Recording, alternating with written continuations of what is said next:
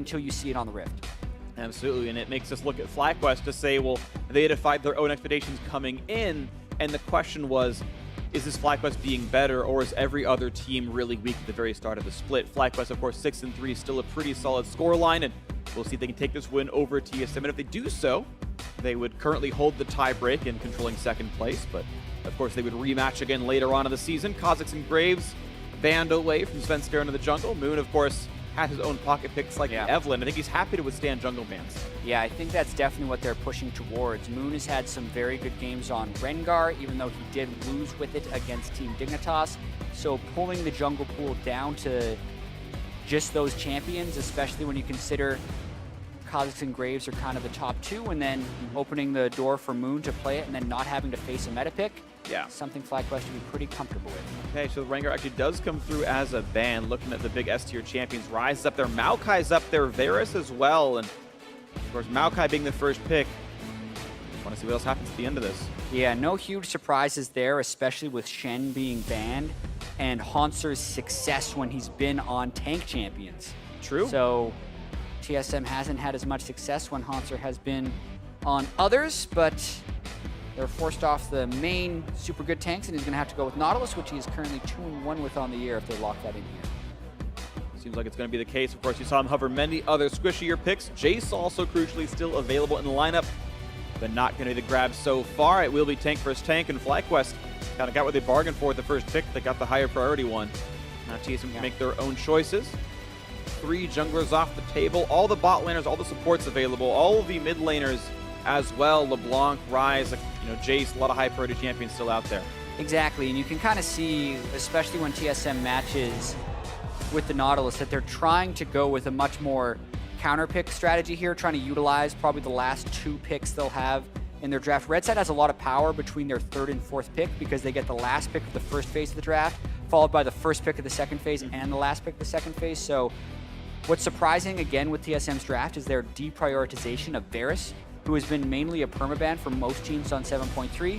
We actually saw it go completely through the draft in Game 3 of TSM vs Cloud9, and they kind of give it up to FlyQuest, who probably wasn't expecting to get it after first picking Maokai. Yeah, unless they'd done their own research and said, oh, we know TSM doesn't value it, we can take it later on, and that risk has paid off because clearly FlyQuest does value Varus as the most important bot laner since they could have picked anything else they wanted. And quickly it's going to be matched up with Ashe in the bot lane, so we have another draft where mid laners are left open into the later phase. And again, with no bans at all, nothing seems to be powerful enough to be worth grabbing in the first phase. Yeah, and this is where it's going to get really interesting too as far as what bans are chosen. A lot of teams have tried to target high in the ban phase, push him off what they think is his small champion pool. He's kind of shown a lot of success on different champs. However, the mismatch here is the jungle pick, where TSM has Lee Sin locked in, whereas FlyQuest has a support.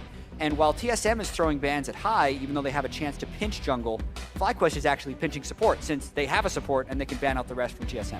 Absolutely. There's always a small chance you see Karma flexed as well, but that's very unlikely here. Zed dropped off the table as well. 2 assassins gone from high. There's always a Jarvan if he wants it. Echo in there. Corki's been a very big pick for him, and I wonder, considering the 2 assassin bans, if Corki just ends up being the first pick for Bjergsen anyway.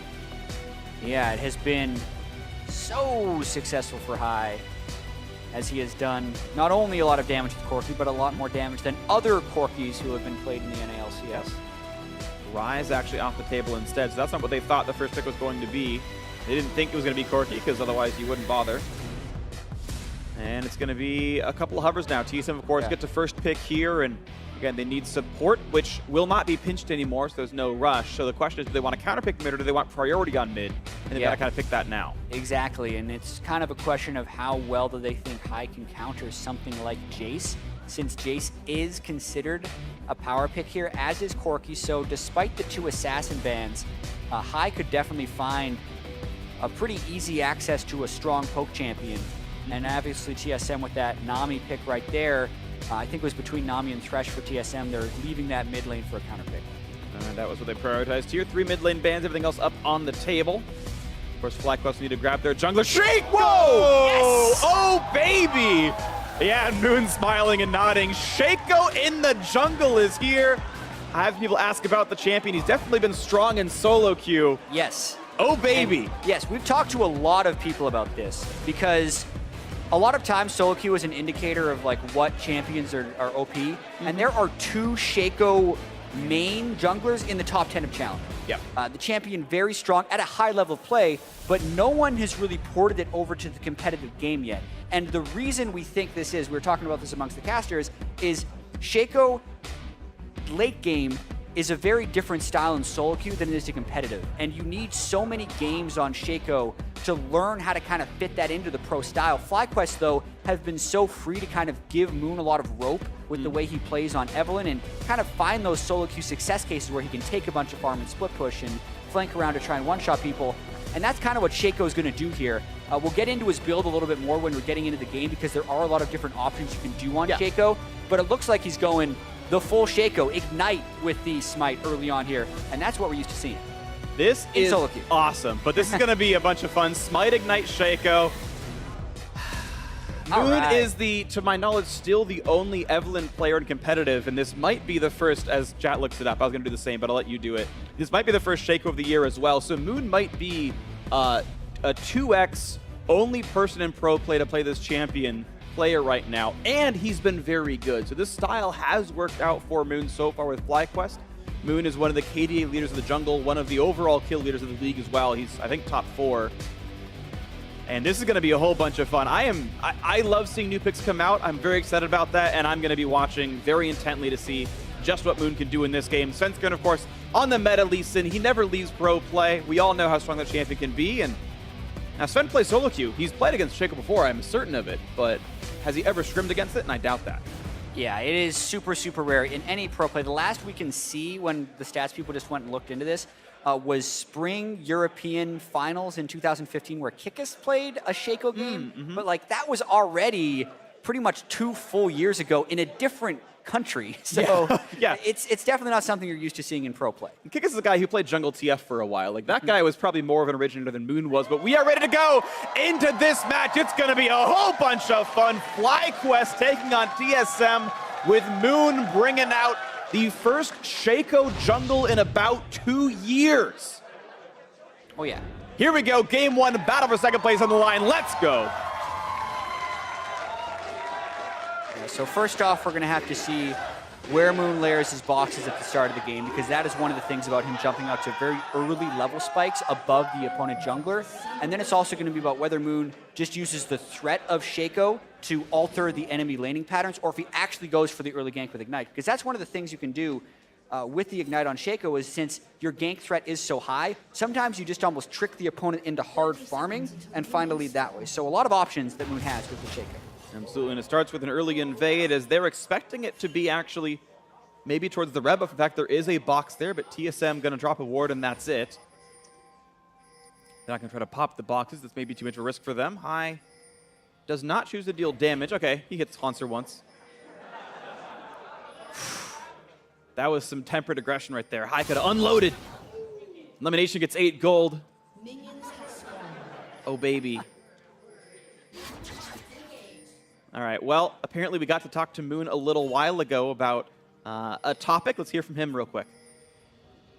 Evelynn is like really hard to pick up. You need a lot of games, and I've played her since Season 2. I've been like an Evelynn main since Season 2.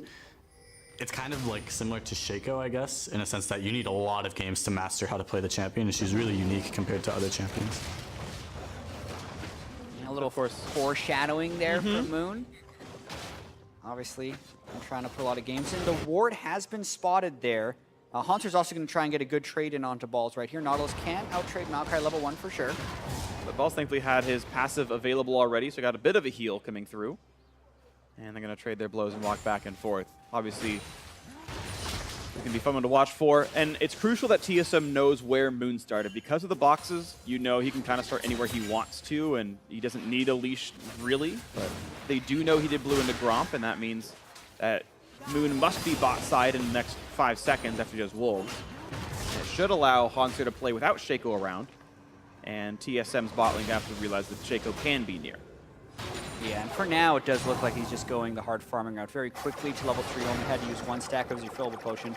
But you do notice that regardless, all of FlyQuest lanes are pushing in right now. Aside from Haunter, who would kind of know that he's clear of a Shaco at this point since it's been so long that since they've seen him do the blue buff.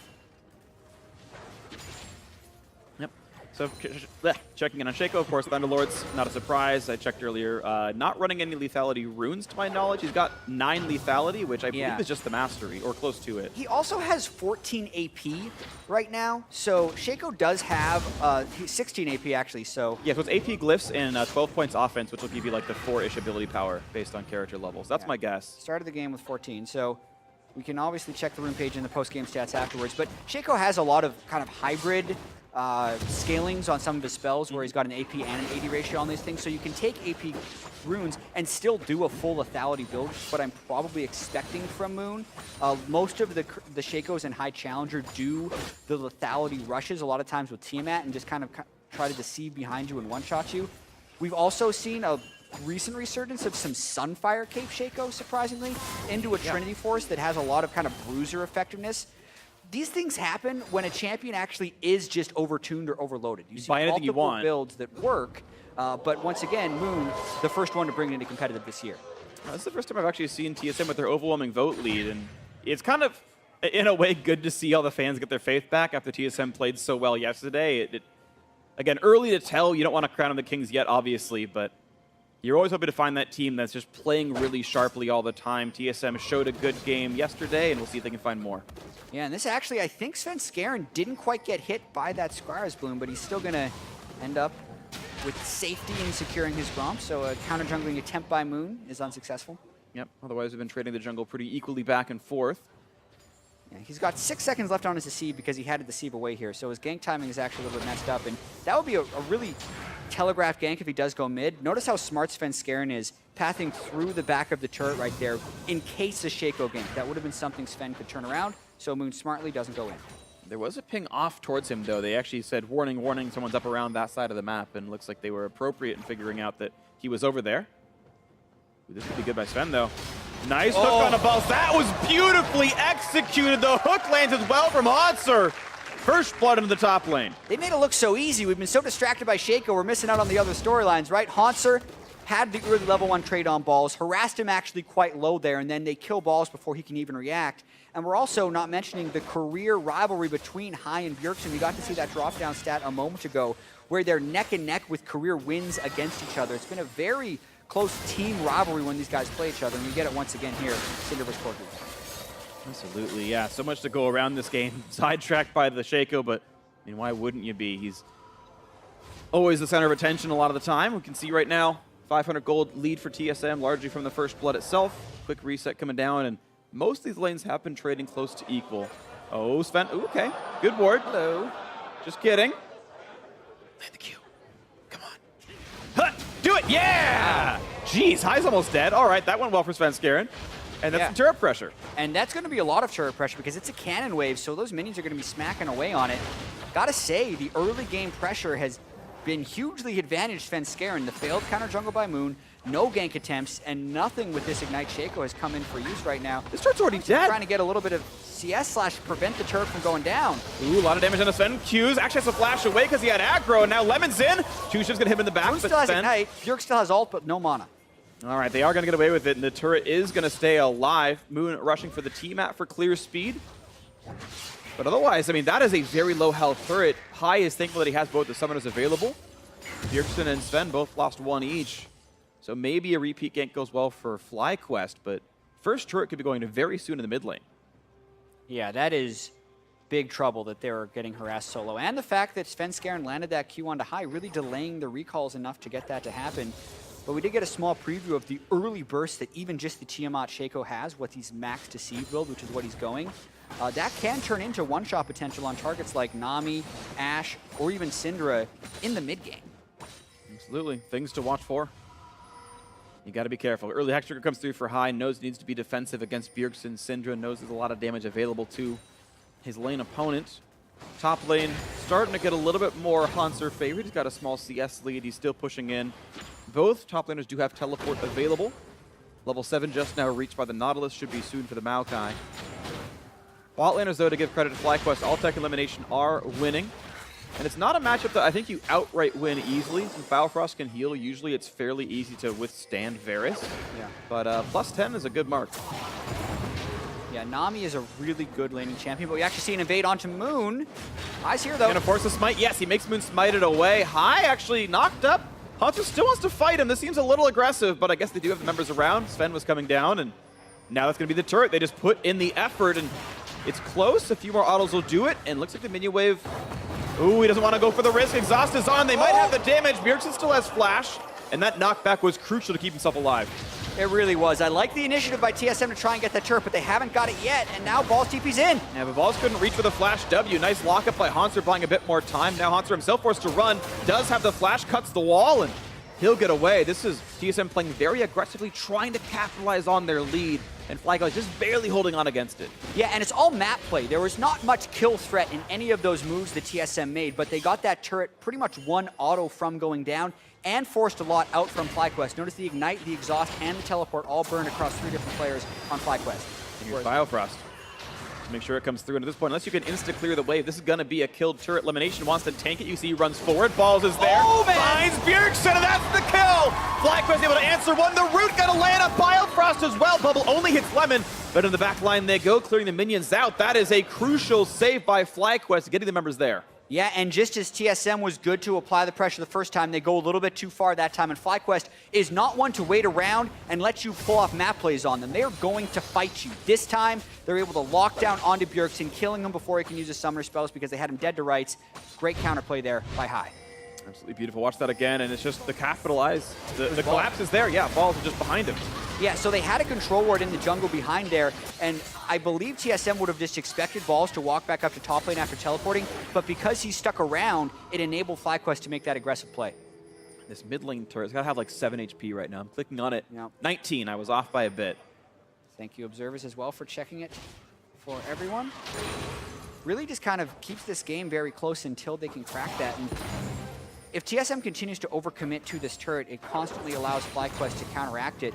What's difficult, though, is when you're up against something like a Syndra, even for Shaco or for Corki, if they step too far up to Syndra, they can actually just get killed right away. Moon is not building any magic resist. He's actually gone Boots of Mobility on top of his Tiamat right now. So unless they can get Bjergsen to blow cooldowns onto High, Moon can't even show himself in the mid lane to help defend that turret. Things to watch out for then as the mid lane is being traded at equilibrium. It's funny, if someone just walks up and backdoor hits it, it'll actually, I think, die to a single auto attack from like Biofrost or Svenskeren, but of course they don't want to lose up a kill for that. TSM still not under a lot of pressure of losing first turret gold, but still be something to keep our eyes on. 300 gold difference, TSM still on the small lead. Advantage is pretty heavy in the mid lane. 25 up for Bjergsen 10 minutes in is pretty darn substantial. Balls likely has assist to himself and is trying to fight back against Hanser, but Hanser winning that pretty cleanly. Exactly, and with the first blood top lane as well as the extra time Ball spent in the mid lane, that's opening up a large advantage in the top lane as well. So not too uncommon that we see FlyQuest soul lanes down in CS because they're either losing the lane a little bit, but then that's extended by the fact that they make so many roam attempts on their plays. And we're seeing those leads open. Ooh! Matter of playing back. Nicely done by Sven. That might have actually been blind. I don't think there was any vision. Oh no, they had a ward right there, but still very nicely played by him to land that last hit. Unlucky for Moon. High gets stunned up to kick it back in, and it's going to be lights out for Corki. Nice kill picked up Sven, and Bjergsen delivering.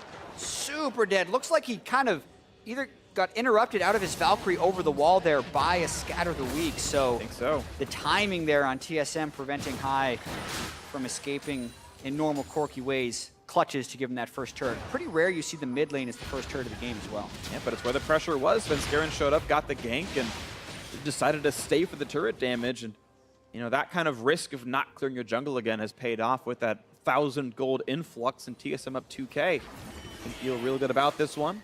Bot lane holding on well enough. BF stored Zertgreaves in for Ashe means he's kind of got past the first troubling recall.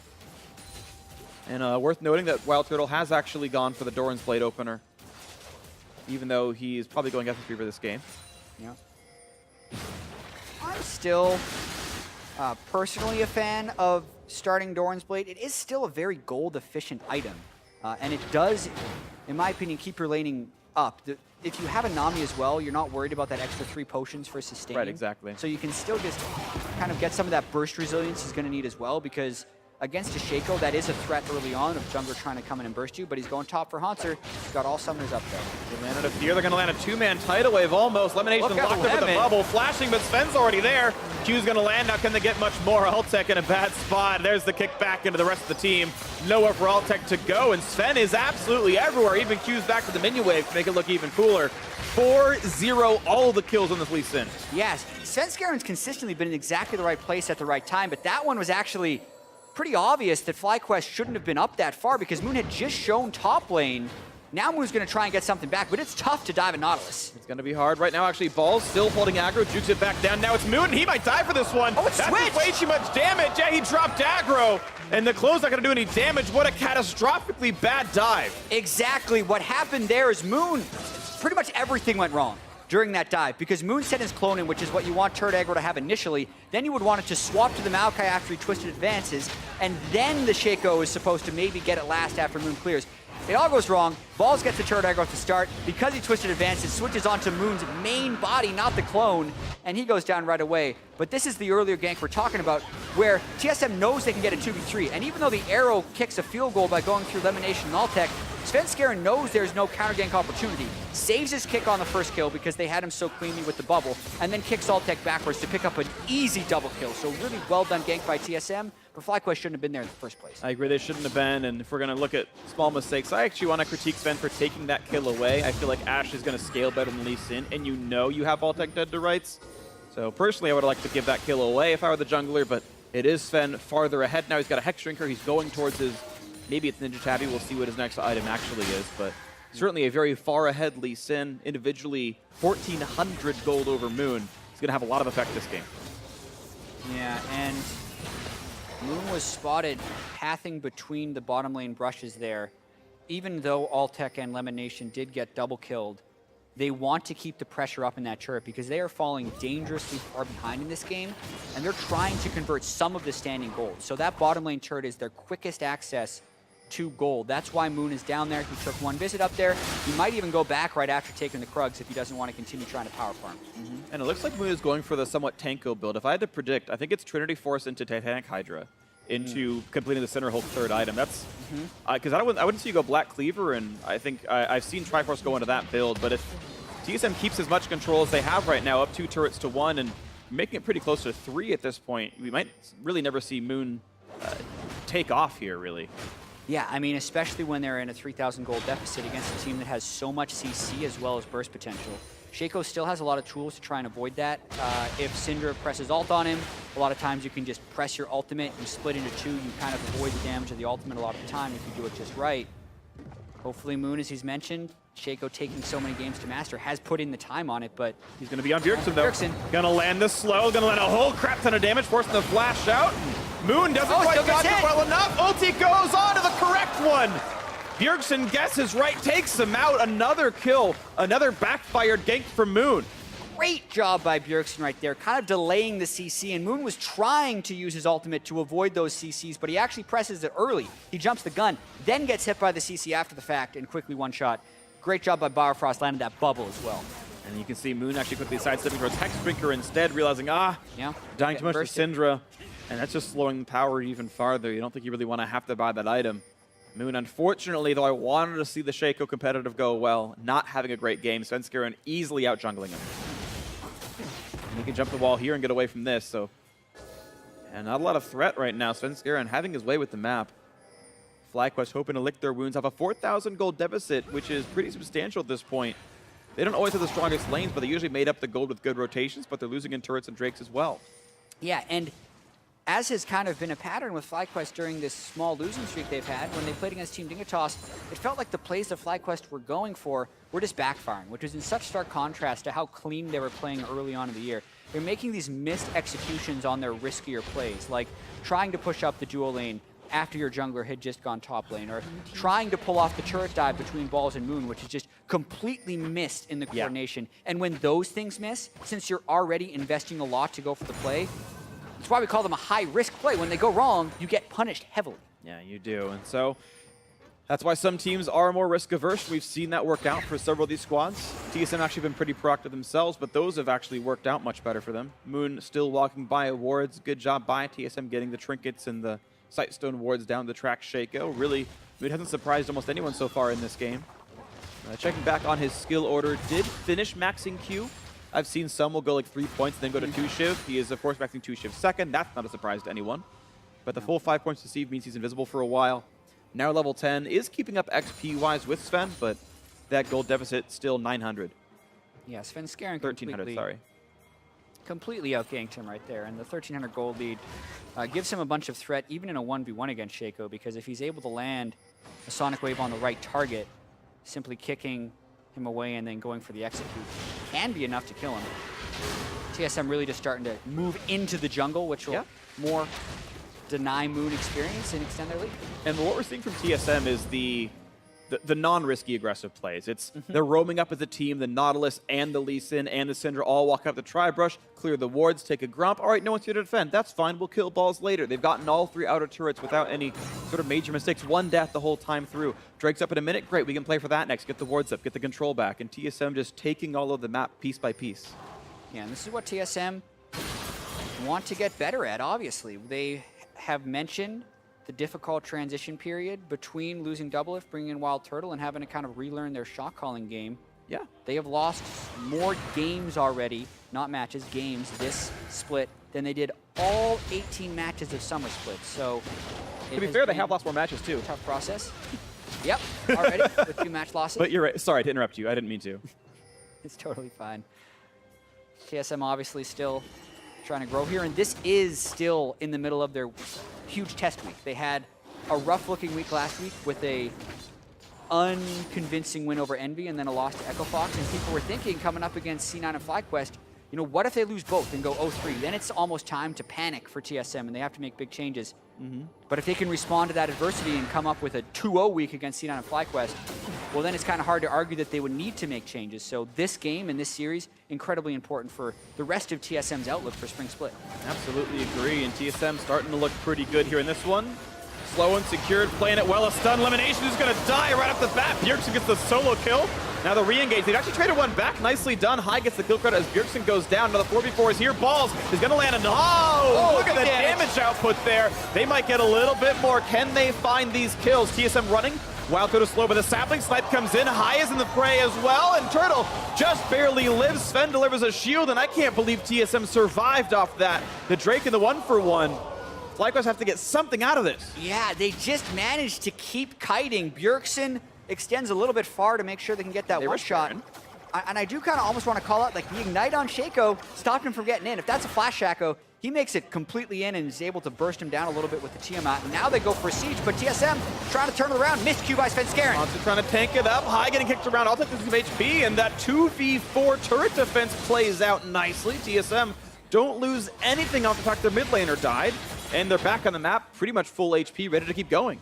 Yeah, that was a potential comeback opportunity for FlyQuest, being able to trade mid laner for support and then chase down, but the kiting from the volley spam from Wild Turtle as well as Biofrost, just speeding them up ever so slightly and throwing bubbles was key in letting them escape and lets them maintain this lead. Lemon is dead from Fog. Yeah, Ash Hero says hello on its way past.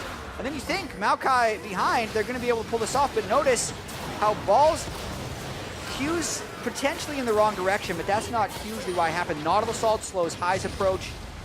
Nami Bubbles come in, and that low cooldown on Volley as well as Wild Turtle, making sure to gain that distance with a flash over the wall, just lets them avoid pretty much all the threat. Yeah, he just barely survived it all. That could have been so much better. I mean, it was 50 HP and a couple numbers away from this becoming 2-3 kills. Mid lane turret's gone. Maybe they can look for the Baron risk, but that's maybe too much of a risk for them.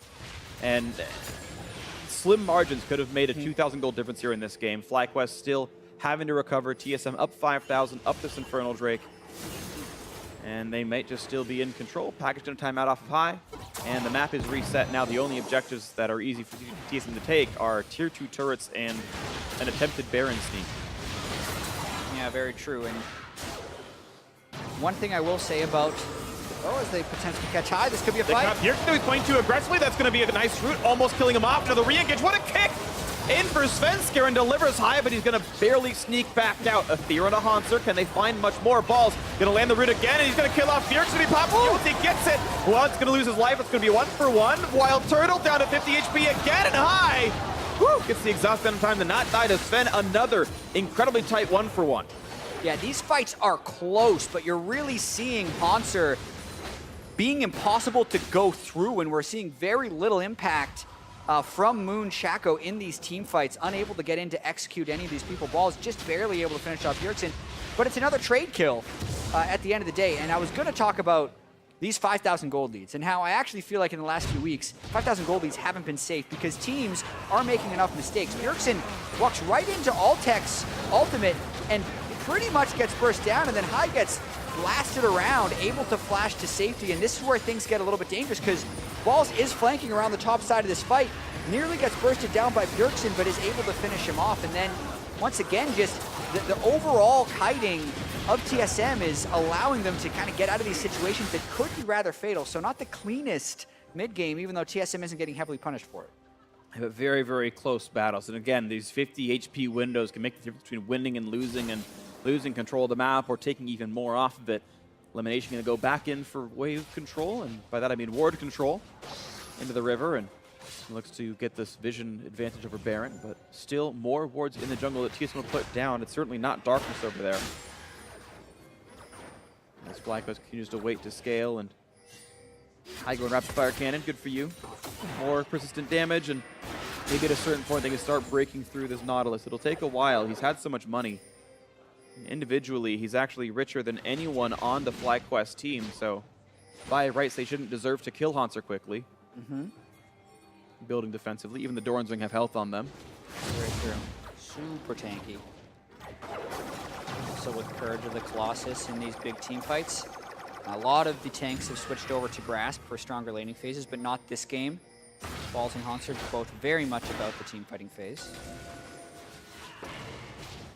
TSM looking to take control of this one. Arrow. And actually, most teams have been missing this game. They've been juked away properly. Stun's going to land on the balls. Doesn't really mean a whole lot there from Hanser. Maybe a bit of a wasted ult. Hooks back in on a High. That's some good damage. Bubble land as well. Big by Biofrost. High trying to run, and Svensker kills him off. That's a worthy trade, even though Altec does kill him. But look at that on the front line. Altec cannot withstand Hanser's damage, and Ball can do the same thing. Elimination dropping to Bjergsen in the back lines, and now Moon is suddenly sad and alone and running away and hiding. TSM in complete control of that fight. Yeah, two big things to call out in that fight was Svensker getting the angle and landing a Q through just chaos, and then the fact that FlyQuest just could not deal with Hanser.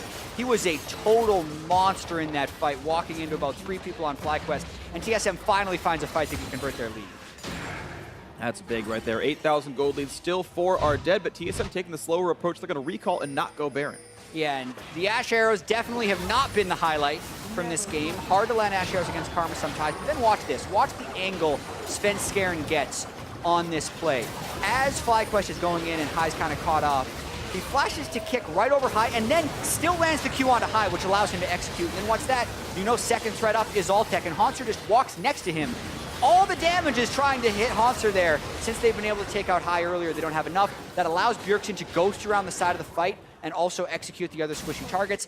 And then, in classic front-to-front team fighting, Balls was doing the same thing on the other side, but he's weaker than Hanser right now, so he falls first, and it's a 4-kill fight for TSM. They can take so much more off the reset. Of course, they recalled in time to be healthy and to fight for the map. They were on the map full HP, full cooldowns before FlyQuest were, and it means that there are no comeback pieces. And I do want to highlight just sort of how TSM played that, because they could have said, we won the team fight, let's rush Baron and reset afterwards. They instead took the very measured approach of taking down the mid lane tier 2, recalling before the respawns, so there's no chance FlyQuest takes anything at all. TSM want to make sure they take every minion, push all the waves, kill all the turrets, and don't leave anything left up for their opponents. Yeah, I mean, especially after watching the game yesterday where TSM actually had about a 5,000 gold lead over Cloud9 in game 2 of that series. They ended up losing it while being a little bit over-aggressive in the base and getting caught out. So TSM need to make sure they're playing a little bit cleaner, so to speak, although the whole year people have been telling them to be more aggressive and feed a little bit more because that's the way you move into progress. But this game, playing it a little bit more measured. You can see that all North American LCS teams have a very good win rate. Nice shot. For the lead, the jump comes in. They can't quite take the blue buff away. It's going to go to high. Doesn't mean much as yet, but ball's now in the front line. Redemption going to buy a bit more, and Moon chunked out, nearly dead. Oh, that was his clue, and I take it back. But it's still going to be balls dropping out 1 for 0 on this. They kite away. Elimination now going to be stunned. Bio across the bubble, and Hans are getting the kill credit on this one. Deservedly so, I think. 2-0 on that fight. TSM doing everything they possibly want here in these battles. Yeah, Moon definitely anti-hyping the Shaco pick so far. Shaco pick, we've never decided on the correct pronunciation because we never see him, but just hallucinating at random times in these fights, and it's not showing much effectiveness. With 2 people dead now, it's going to be a very hard Baron to stop. Moon trying to be as sneaky as possible. Invisible blast code! Jumps over the wall, takes a whole ton of damage. He can't get away in time. They might kill Wild Turtle. High is trying, and he gets the one shut down, but here's the backup into the Baron. It will be secured, but can't complain too bad about a 1-for-1 fight. But that Baron, definitely no chance of going away now. Nicely picked up. TSM in more control, and High. Flash Q, he's going to go down. Exhaust. Oh! Oh, High, that was pretty freaking nice. The Hex Drinker was up. He's dead now. He's dead. He's gone. He's definitely dead. Killed him. Okay. But that was actually pretty slick. 2 for 2, 2 Baron buffs off. Better than the average expectation over there. Just a Trinity Force and a Hex Drinker in this play as well with the double buffs. A dodge is the first skill shot. Hex Drinker prevents him from dying. And he's got no cooldown. And then an exhaust on what was the Thunderlord's proc from Bjergsen that I believe would have killed. And Bjergsen goes, wow, nice job, High, because that was unexpected. Yeah, he had already burned W, of course. Q just got eaten by Hex Drinker, and he's like, well, had nothing left. I can auto-attack a Corki, but maybe a little unlucky. So nicely done by High, getting 2 kills when, generally you're not supposed to get those. So that's kind of props to him. He's the kill leader of his team. But there is so much more work that has to be done for FlyQuest to turn this one around. They are heavily behind, and TSM just by the book, clearing the waves, taking their time, and they will push these turrets down soon. Yep, 4 people on TSM still have the Baron buff right now. So expect the push since they have a 10,000 gold lead right now and Baron buff for another 2 minutes. The outer turrets, or the second tier turrets rather, are usually the target, but FlyQuest is not one to wait around, and with High having the package right now, if TSM moves up a little bit out of position, I'd expect them to do that, but actually Moon's totally split pushing, trying to equalize the game, and this is actually just turret trading actually until the inhibitor turrets go down. Well, it's going to be bot lane 2-2 pretty much for free. FlyQuest's team fighting is not as good as TSM's. They don't have that same tank killing. And yeah, this is really interesting actually. They're trying to get multiple turrets. The question is though, TSM with this numbers advantage is going to push through to try and end the game. Nexus turrets are next up because there are 3 people that haven't recalled yet. How much can they get on here before FlyQuest can teleport back? All right, here we go. On to Nexus turrets right now. Hook on a High. That could be the game-winning pick. He's going to be kicked off, and there he goes down. Tidal Wave helping with that one. 1 turret gone. Svensker on a half. Ultex back in the fray. The root's going to be nicely get damage on a Haunter, but it just is irrelevant. The hook on Lemon. He's got a flash out as well. Nice knockup. Biofrost with this kill as well. On to the Nexus turret number 2. It's going to go down quickly. Svensker dropping the aggro. Ball's going to drop next off. That's already 3 for nothing. Looking for the 4th. It's going to be right on the Moon's face, and now Ultex got nothing left to do. That's going to be the game. TSM controlled the whole way through. Take down game 1, looking to cement the week as a 2-0 against Cloud9 and former Cloud9 as FlyQuest dropped game 1. Yeah, so a very strong start to the series for TSM, making the decisive call down the stretch to go up the mid lane, and really, I actually like the idea of that call for FlyQuest if High didn't get picked off before his team recall, because they could have fought back with 2 Nexus turrets in a 5v5 if it had actually been a 5v5. And once again, I feel like FlyQuest makes an aggressive call that actually backfires, which has been happening all too often in the last 3 matches. Yeah, and it is unfortunate, right? And I wonder how sort of macro lens you want to look. Because if this has been how FlyQuest has been shot calling the entire season, which I would say it is, you look at variance and say, well, it worked 6 times and it didn't work 3 times. It's still 2-to-1 odds. You just happen to have the 6 at the beginning and 3 at the end, even though nothing actually changed. That's just how the coin flips lined up. And exactly. I personally kind of take that line of reasoning where I don't think they suddenly got worse at shot calling. It just maybe other teams got better at reacting, which maybe that does beg changes from High and the rest of the team. But, at the same time, you have a non-team fighting comp where you're down in gold against Baron buff. Can you really defend bot lane tier 2? No. Can you defend inhibitor? Probably not either. Exactly. That's why I think that call to be able to get 3 turrets in a trade, 2 in the top side and 1 in the mid, was a smart one, but it just looks really bad with the way TSM decisively ended the game. And part of that is because Haunter, once again, was a total monster. I'd say Svenskeren really stepped up against the pick that he hasn't seen in the LCS in 2 or 3 years. Yeah. I mean, the last time Shaco was picked, Svenskeren was in the European LCS. Pretty sure at that point. So definitely a long throwback right there, but 7-1-7 on Svenskeren, totally controlled the game. Yeah. Good job by TSM. Beautiful Lee Sin play by him. Pretty amazing stuff. So TSM get that game 1 win. But now to give us some more insight on that, let's send it over to the analyst desk. Thank you very much, gentlemen. TSM with a victory over FlyQuest, but the big story here is we had a Shaco picked in the North American LCS. So too bad we don't have Kobe on the desk as the resident Shaco expert for the North American broadcast team, but I hope you guys can help illuminate to me why Moon may have jumped at this. Just to start, I'm glad you say Shaco. I think Shaco is the right way to say it. Jad was talking, it's never been confirmed officially, but all the cool kids say Shaco. Shaco. Otherwise, you can't say Faco. Well, yeah, exactly, because the clone is Faco. Mm-hmm. That's great analysis. Anyways, we saw there was Shaco, Faco. You brought it up. Whoa. You guys kept going with it. All right, here we go. It's early. It's the beginning of the day. Let's stay on task. Talking about the Shaco pick from Moon didn't work out for them. Right, so obviously there was a decent amount of jungle focus in the ban phase where we see the Kha'Zix, Graves, Rengar all taken out, Lee taken away pretty early. And Moon does have a pretty crazy champ pool, so it's not too much of a surprise to see him bust out the Shaco. The thing about that I like that TSM did was they took the Syndra last, and Syndra against these when you have a good matchup for the Syndra, she can be very punishing to play lower priority junglers into because she just commands the mid lane, and then you have to respond to that jungle, that focus. And you know, Shaco wants to run around the map. We saw the early Moby boots, and when you keep having to help your mid lane out, get wards for him, hold his wave, do all this kind of stuff, you just limit what he does. Right. Exactly. And a lot of Shaco's pressure is actually you don't know exactly where he is or his gank route because he can lane gank and all of that. It's the same thing with Evelynn. But when you have to keep going mid and hold the wave, you're revealing yourself. A lot of your power budget actually goes away. And so you have to, you know, be powerful enough and ahead of the curve with damage to be effective in the game. And when he got stepped behind, then he's kind of a useless pick at that point. Right. And so on top of helping out, you know, or rather having vision of that Shaco the entire time, that gives Lee Sin and Svenskeren, you know, an immense amount of permission to go to lanes and do work in the early game. Let's go ahead and take a look at everything that Svenskeren was able to pull together. Ganks to the top lane, ganks to the bot lane. You know, he was pretty much everywhere. Fantastic positioning within team fights as well. Right, this is definitely the kind of case where, you know, Bjergsen kind of frees him up to do work, and he goes and puts in work. He had great team fights where he was constantly sniping high out into his team. We see one there. He also had good plays in the lanes. We saw one top. Now we see one coming bot lane. And just overall, he basically dictated how this game was going to go.